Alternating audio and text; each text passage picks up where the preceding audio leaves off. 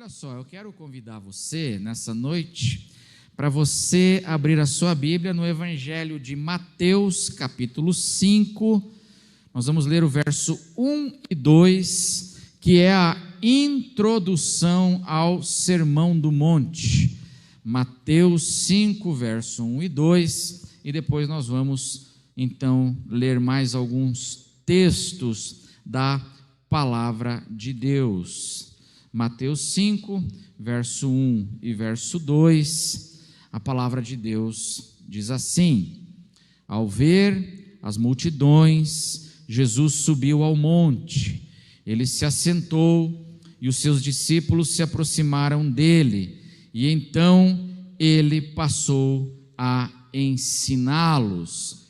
E aí Jesus disse, e aí ele começa a ensinar então a mensagem do Sermão do Monte e dizer: felizes, bem-aventurados, são os pobres de espírito, e ele começa a falar então sobre as bem-aventuranças. Queridos irmãos, um dos grandes desafios da nossa fé e da nossa experiência de fé o grande desafio não é a gente começar a seguir Jesus, mas o grande desafio é nós continuarmos seguindo Jesus com toda a fidelidade até o fim da nossa peregrinação e da nossa vida. O grande desafio não é começarmos, mas o grande desafio é continuarmos com fidelidade nesse caminho para o qual Deus ele nos chamou. E na vida tudo é assim, na verdade. O grande desafio não é começar, mas o grande desafio é continuar. Por exemplo, um regime, Regime, você já começou quantos regimes na sua vida? Confessa aí, quantos regimes você já começou? O desafio não é a gente começar a dieta. O desafio é a gente continuar perseverando na dieta que a gente começou, até completar, até atingir a meta ou dobrar a meta, como dizia a nossa ex-presidenta, até dobrar a meta, Esse é o grande desafio das nossas vidas e também no que diz respeito à nossa fé, ao nosso relacionamento com Deus, ao nosso discipulado, esse projeto de seguirmos Jesus nas nossas vidas. Completar a carreira. O apóstolo Paulo, no final da sua vida, escrevendo para o seu discípulo Timóteo, ele diz: eu completei a carreira, combati o bom combate, eu guardei a fé, eu completei a carreira, diz o apóstolo Paulo. O nosso desafio é esse, não é começarmos, mas é continuarmos com fidelidade e completarmos essa carreira. E ali a ideia do apóstolo Paulo é a maratona. Ele está falando ali, ele está usando a ilustração da maratona que existia há 2000 anos atrás. Já existiam as Olimpíadas no mundo grego, E ele está falando ali da maratona. Ele está dizendo assim: eu completei essa maratona, porque o problema não é começar, o desafio não é começar a maratona, é a gente não parar no meio dela, Ou depois de 100 metros, Porque tem gente que acha que a vida cristã é uma corrida de 100 metros, e a vida cristã é uma carreira, é uma maratona, e esse é um grande desafio para a nossa fé.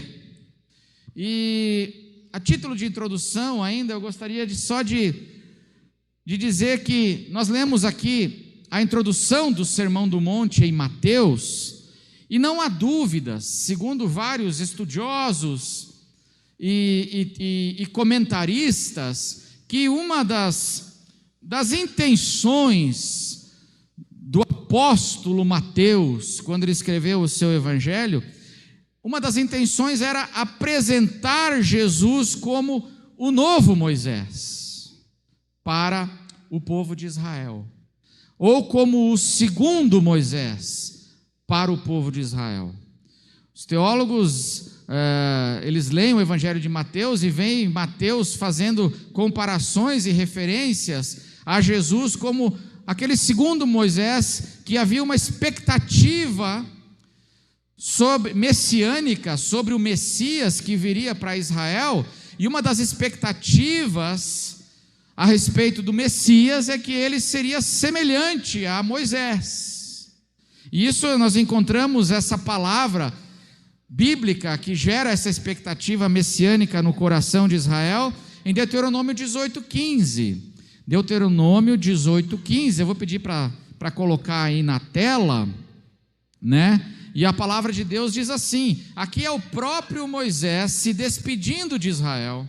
Agora, quando Moisés estava se despedindo do povo de Israel em Deuteronômio, ele olha para frente e ele fala então para o povo de Israel: o Senhor, seu Deus, fará com que do meio de vocês, do meio dos seus irmãos, se levante um profeta semelhante a mim, a ele vocês devem ouvir. E essa referência não diz respeito apenas a Josué, mas ela é uma expectativa messiânica que se cria. E aí Mateus, que inclusive dizem muitos estudiosos que Mateus escreveu o seu evangelho originalmente em aramaico, porque ele escreveu o seu evangelho, o público-alvo, os destinatários primeiros do evangelho de Mateus eram os judeus. Ele queria mostrar para o seu povo, o povo judeu, e para os judeus convertidos, firmar a fé deles que de fato Jesus era o Messias que eles esperavam. E esse Messias, em muitos aspectos, ele era semelhante a Moisés.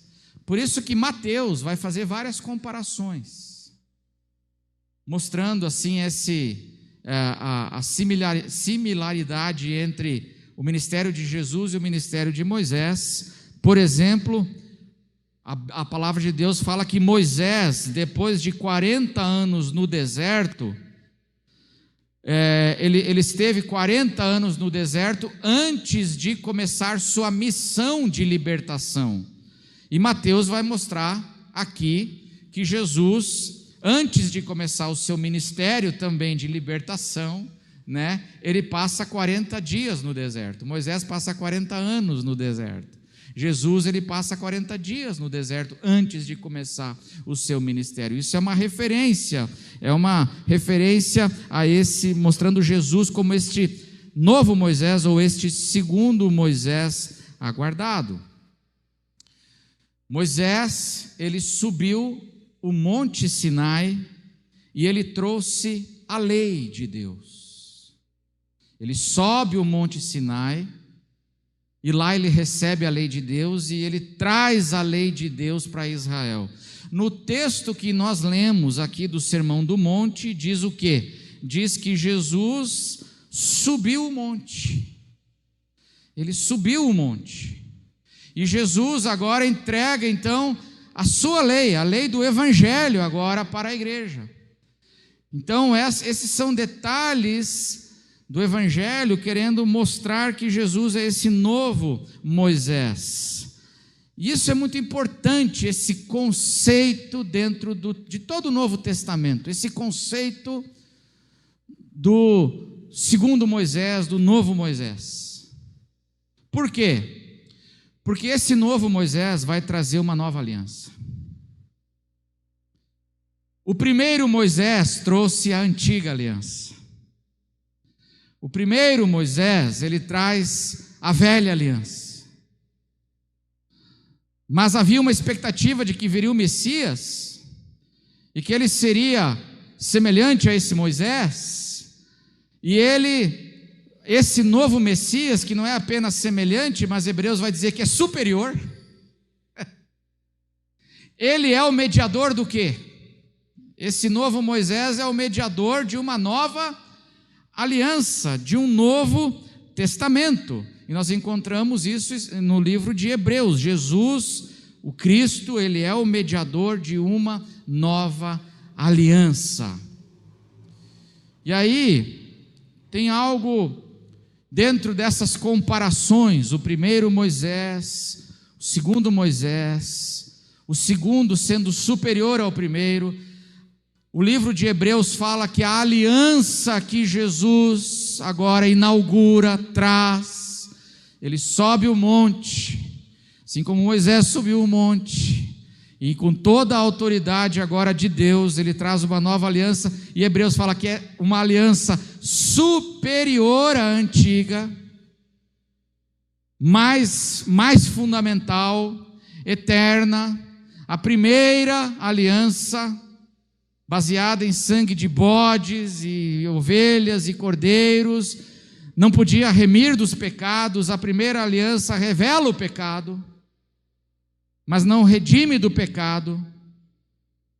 Mas agora na nova aliança do novo Moisés, a nova aliança no meu sangue, diz Jesus, esse sangue que firma, que segura essa nova aliança, essa sim é superior, essa nos traz segurança de vida eterna. Uma aliança superior. Mas nessas comparações é importante a gente destacar que a palavra de Deus e o Novo Testamento, ela diz que aquela primeira geração do primeiro Moisés, que foi liberta do Egito pelo primeiro Moisés, eles não completaram a carreira.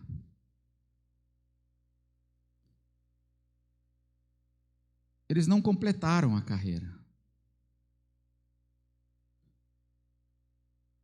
Quando Moisés tira o povo do Egito, a palavra de Deus diz que por causa de incredulidade, de desobediência, aquele povo daquele primeiro Moisés, eles ficaram pelo caminho, eles morreram no deserto, eles não completaram aquela carreira que lhes estava proposta pelo próprio Deus.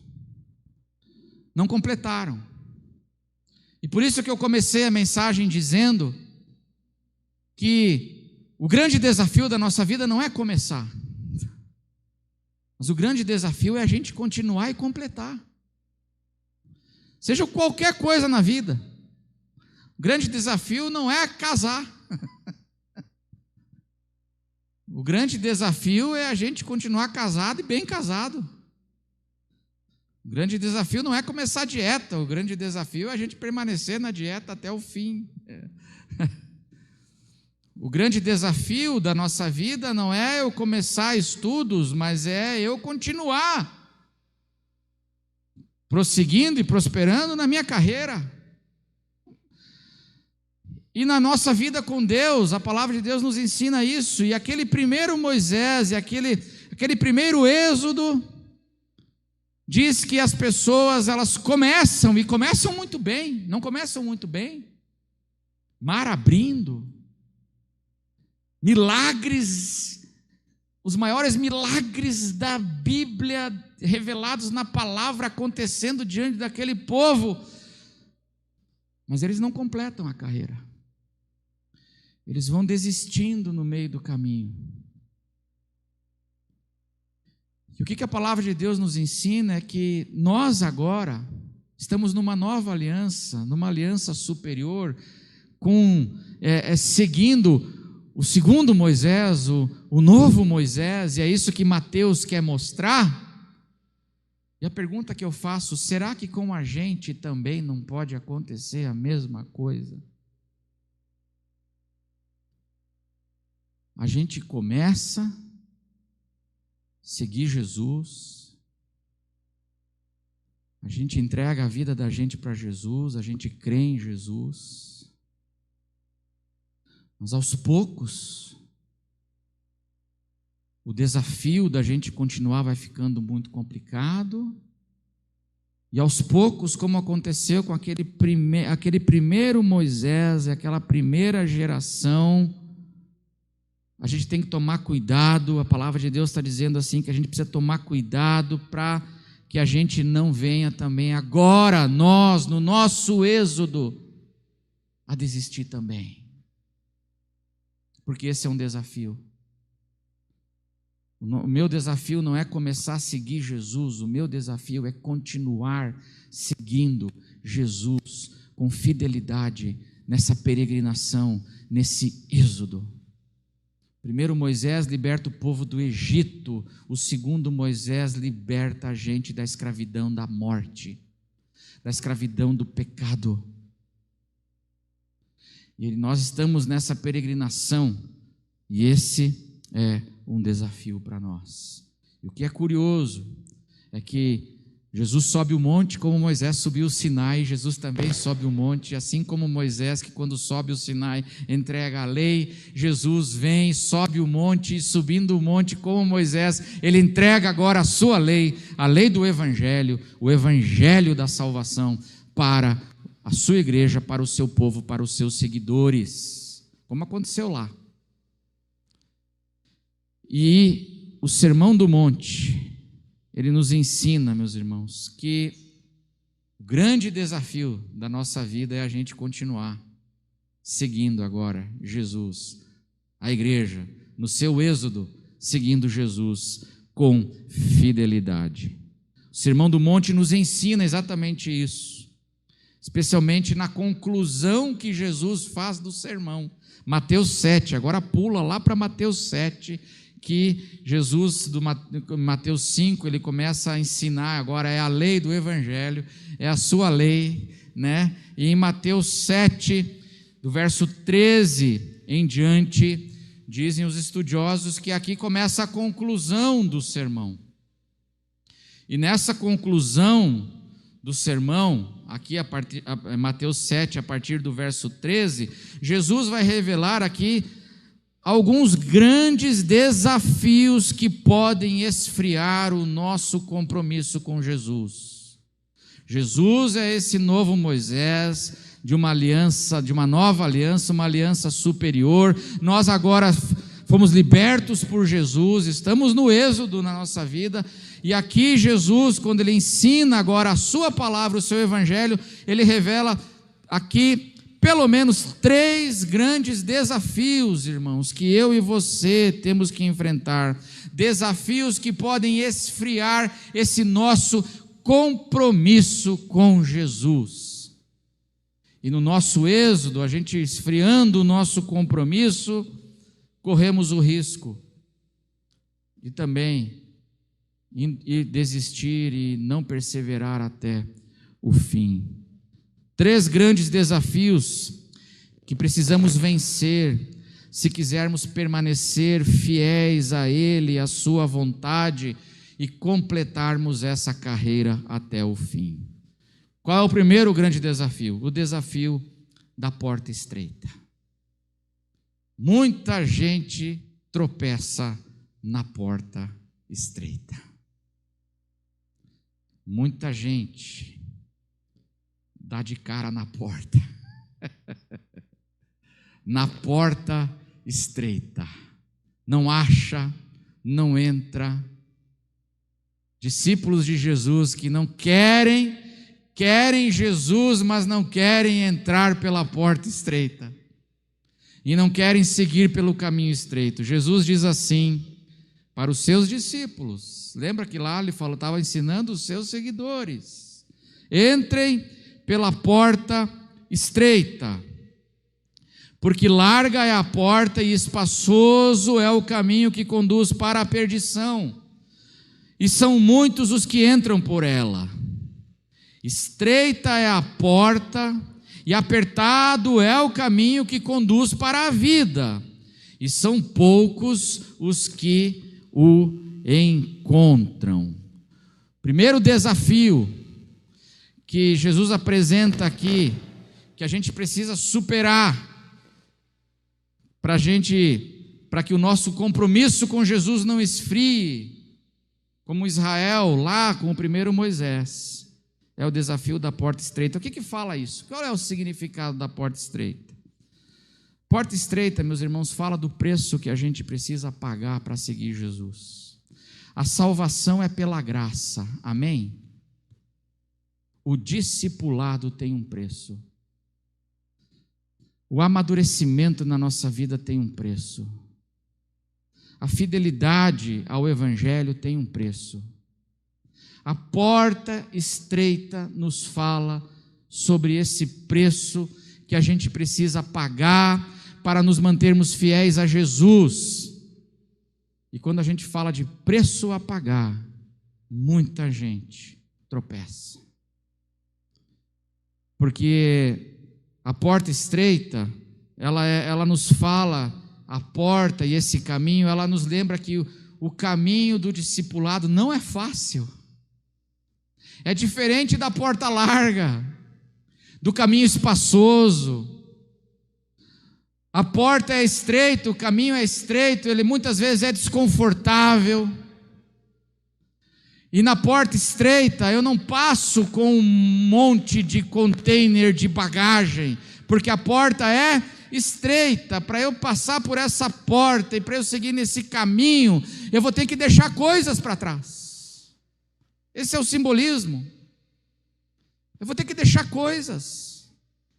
Eu vou ter que abrir mão de coisas.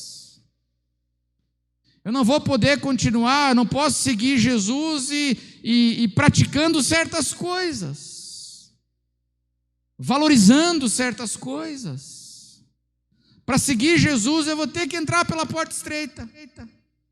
Isso significa que eu vou precisar fazer escolhas, e muitas vezes não é confortável para mim, mas é um sacrifício e é um preço que eu preciso pagar para poder seguir o Evangelho.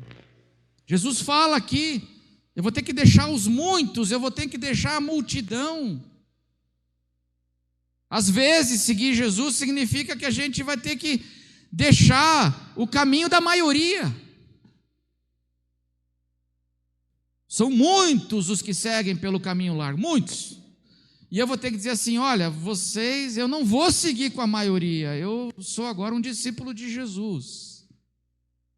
E aí tem um preço a ser pago. E o primeiro desafio para nós nesse êxodo, não apenas para a gente começar a seguir Jesus, mas para a gente continuar seguindo Jesus com fidelidade, é esse, é o desafio da porta estreita. Porque no fundo, o que a gente gosta mesmo é de caminho largo, amém, irmãos? A gente gosta de caminho espaçoso, confortável, asfalto novo, faixa pintada, olhinho de gato separando a farta. A gente gosta, é assim, amém? A gente gosta, e por isso que é popular, o falso evangelho da prosperidade.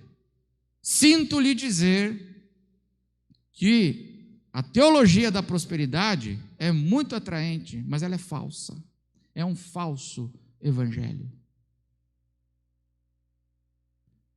Vem para Jesus e vai ser sucesso total até o final da vida.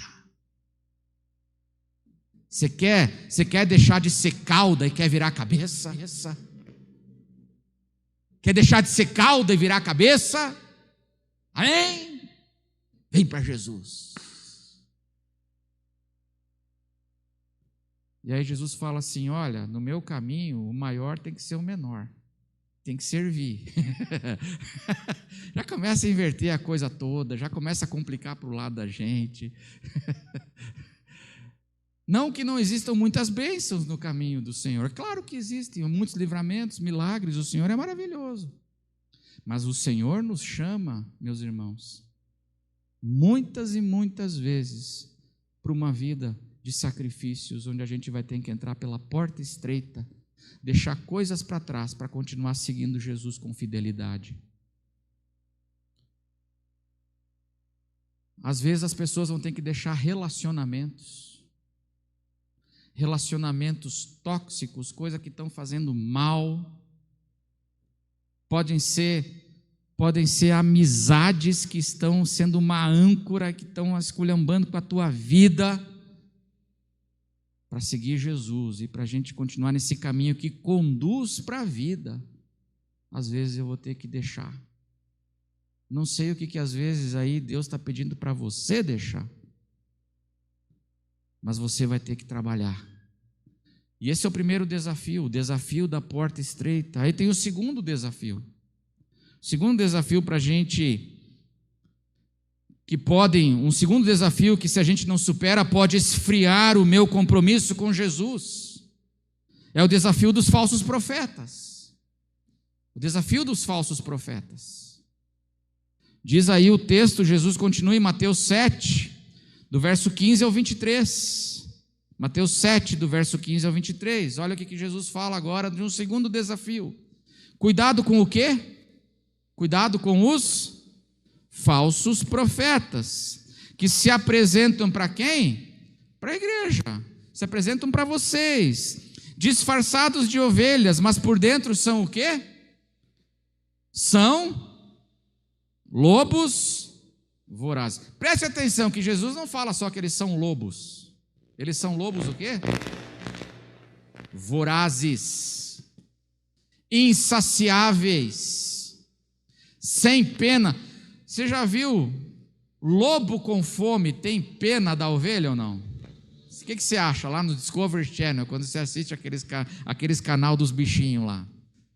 Lobo caçando os bichinhos. Aí o lobo está com fome.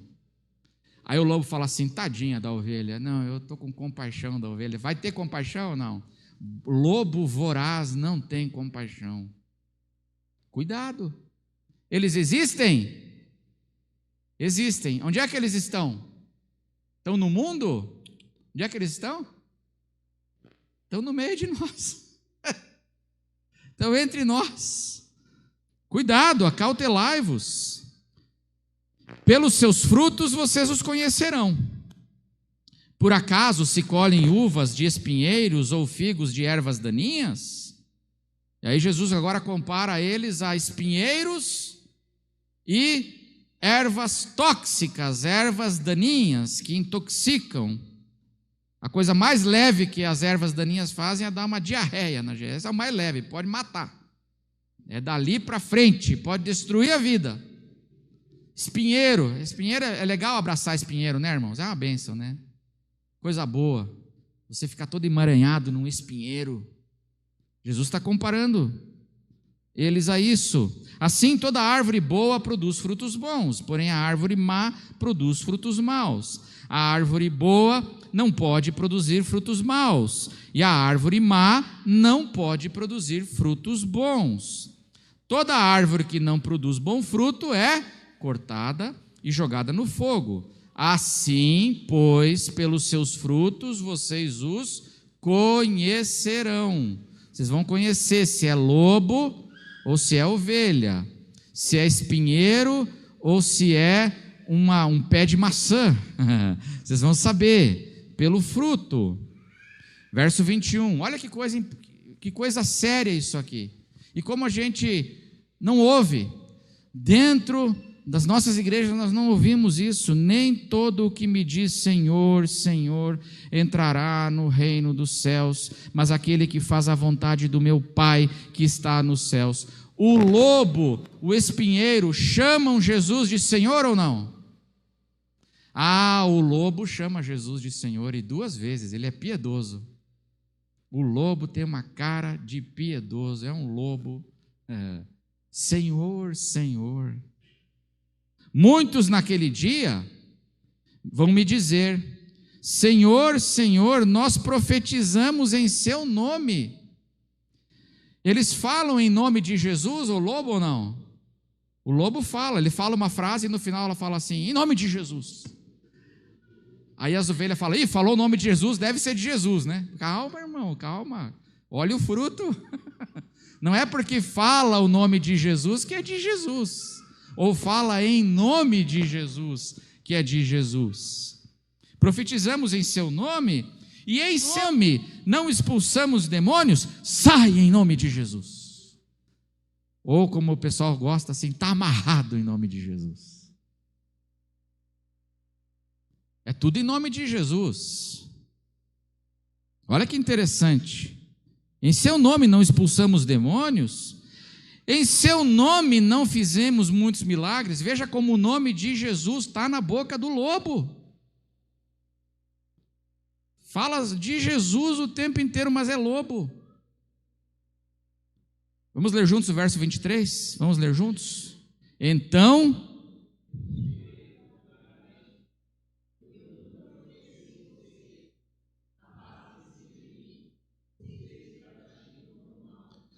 desafio dos falsos profetas. Lobos podem nos machucar, podem nos destruir. O que eu queria destacar aqui dessa palavra de Jesus é o verso 22. Verso 22, eu pedi para colocar aí. Qual é a primeira palavra do verso 22? Poucos, amém? Quase ninguém, é isso que Jesus diz? Vai ser difícil de achar, é isso que ele fala? Ele fala o quê? Muitos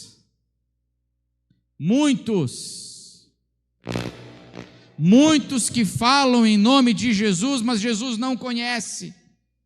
Muitos que falam em nome de Jesus e não tem nada a ver com o evangelho de Jesus. Mas o que isso tem a ver comigo e com você? É que essas pessoas podem destruir a nossa fé. Quando você cai na mão de um lobo, quando você é machucado e arrebentado por um lobo, o que Jesus está dizendo aqui é do risco que a gente corre de sofrer muitas decepções dentro da igreja. Porque estão dentro da igreja. E nós sofremos decepções terríveis dentro da igreja. E eu achava que era ovelha. Tinha cheiro de ovelha, terno de ovelha, gravata de ovelha. Mas quando falava, tinha um rosnado esquisito de lobo. E aí eu confiei, eu segui, eu fiz o que ele disse para eu fazer, e eu me arrebentei. E quantas pessoas nós conhecemos que começaram com Jesus, mas não continuaram com fidelidade até o fim, porque dentro da igreja foram espinhados por espinheiros, machucados por espinheiros, intoxicados com ervas daninhas, e aí perdem a fé, e não é verdade, ficam revoltados com o evangelho, com Deus e com tudo. É ou não é verdade? Quanta gente eu conheço, e eu tenho compaixão dessas pessoas, porque eu conheço gente que foi muito abusada em igreja, foi destruída,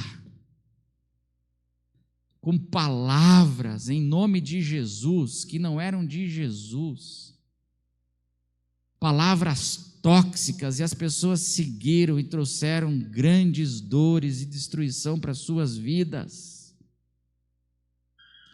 Gente abusada, que foi espoliada, tudo em nome de Jesus. Aí eu pergunto para você, quando isso acontece, como é que fica o coração dessas pessoas? Você deve conhecer gente, talvez você conheça amigos seus, e que hoje não querem saber mais nada da fé, não querem saber do evangelho. Se você fala assim, se você fala de igreja, a pessoa ela já começa assim a fibrilar, sabe? Ela começa... Quantas pessoas? Então esse é um segundo desafio. O primeiro desafio que pode esfriar o meu compromisso com Jesus é o desafio da porta estreita, os preços que a gente tem que pagar, e a pessoa fala assim, não, eu não quero. Eu quero só o evangelho da prosperidade. Esse aqui da cruz, tomar a tua cruz e me seguir, eu não quero. E aí a pessoa para. O segundo desafio é esse, é o desafio desses falsos profetas e desse risco de grandes decepções no meio da igreja e do povo que segue Jesus. E Jesus disse, tomem cuidado, porque isso existe. Igreja, se acautele, isso é perigoso. E o terceiro desafio, para encerrar, que pode esfriar o meu compromisso com Jesus, é o desafio das grandes tempestades da vida. O desafio das grandes tempestades da vida. Olha o que Jesus diz a partir do verso 24 agora, na conclusão do seu sermão, ele diz assim: todo aquele, pois, que ouve estas minhas palavras e as pratica, será comparado a um homem prudente que construiu a sua casa sobre a rocha. Caiu a chuva, transbordaram os rios, sopraram os ventos, e não apenas bateram contra aquela casa, mas bateram com o quê? Com força contra aquela casa, e ela não desabou, porque tinha sido construída sobre a rocha. E todo aquele que ouve estas minhas palavras e não as pratica, será comparado a um homem insensato, que construiu a sua casa sobre a areia, uma base muito frágil. Caiu a chuva, transbordaram os rios, sopraram os ventos e bateram com força contra aquela casa, e ela desabou, sendo grande a sua ruína, diz Jesus. O desafio das grandes tempestades da vida. Se tem uma coisa que pode esfriar o nosso compromisso com Jesus, da gente que começou a seguir adiante com fidelidade, meus irmãos, são as grandes tempestades que vêm sobre nós, as crises. Crises que vêm sobre as nossas vidas. E muitas vezes essas crises, elas acabam nos desanimando. Eu acho curioso aqui que nesse texto que o homem, que Jesus fala aqui que é o homem sábio, que ouve, pratica e é fiel, a casa dele também sofreu com a tempestade. A tempestade caiu sobre a casa dele também. Caiu sobre o tolo, mas também caiu sobre o sábio. Cai sobre o ímpio, mas também cai sobre o fiel.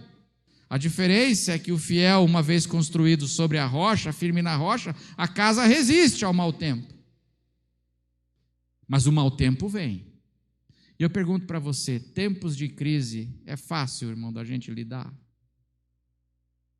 Crises que vêm, e vêm batendo com força contra a nossa vida, ameaçando nossa vida, e isso tudo nos afetando.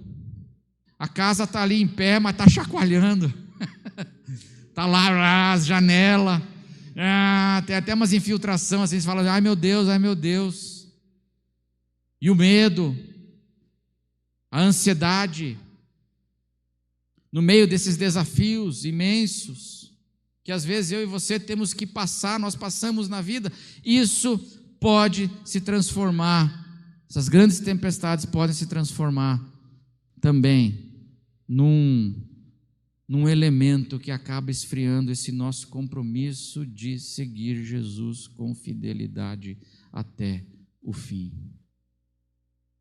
E aí eu queria, nessa noite, perguntar para você, e lembrar que o nosso desafio, meus irmãos, não é começar. Não é começar. Qual é o nosso desafio? O nosso desafio é continuar.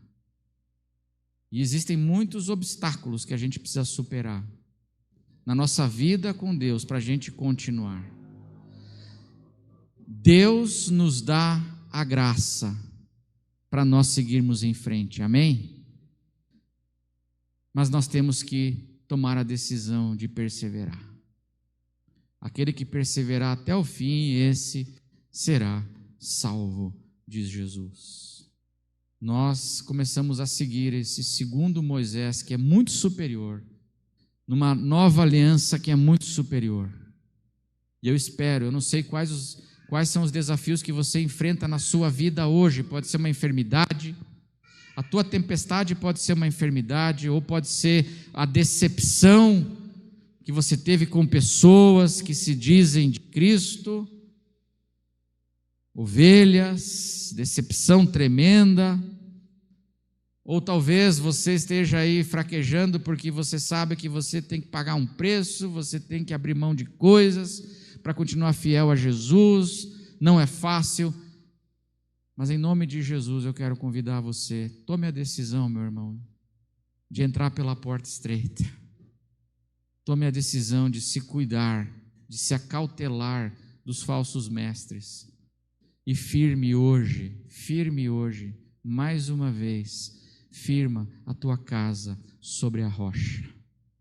E vamos seguir o nosso Senhor nesse nosso êxodo perseverando mais uma jornada com fidelidade ao nosso Jesus.